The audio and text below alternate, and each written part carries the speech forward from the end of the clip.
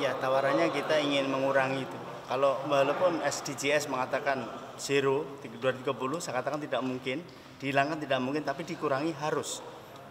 Salah satunya adalah meletakkan implementasi pembangunan itu benar-benar menuju apa yang dibutuhkan rakyat. Sementara ini banyak sekali kebijakan itu yang berada di kebutuhan pemerintah, bukan kebutuhan masyarakat.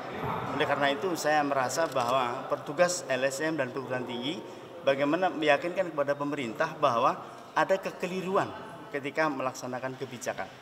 Itu yang utamanya. Jadi mereka disadarkan dulu kalau nelayan itu tidak bisa disamakan dengan petani. Memang beda. Dari segi analisis kami selama ini adalah berbeda.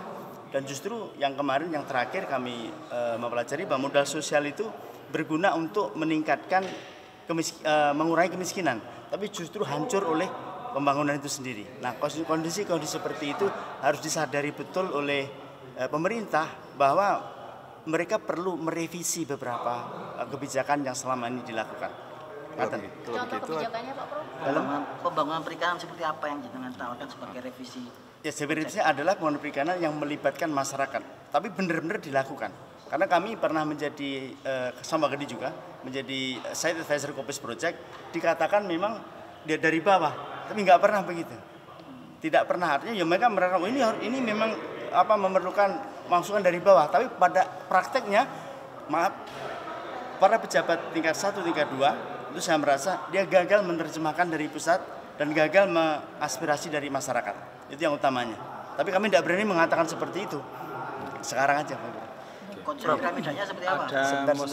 Ada musrenbang, apa itu ya, tidak bisa terkawal atau seperti apa? Pengalaman saya ketika ikut musrenbang, ya memang dicatat dan sebagainya. Tapi ketika sampai pada tahap yang lebih tinggi, tidak ada yang mengawal, Mas. Jadi musrenbang itu harus ada yang mengawal.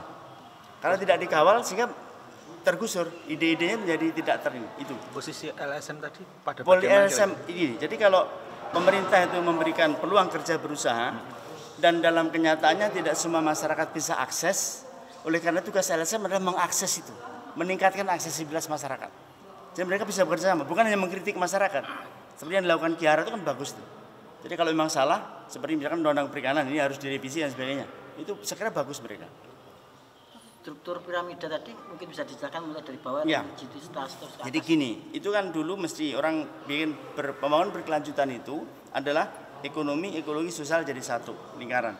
Tapi saya mengatakan itu statis. Dinamisnya adalah harus diletakkan di bawah, ditambahkan dengan religiositas. Jadi artinya orang harus berpikir ke sana. Karena kalau tidak, kalau kegiatan ekonomi merusak ekologi, maka jelas itu merusakkan ini kan sebagai wakil Allah di muka desa dan tidak sulit dicapai kesejahteraan sosial.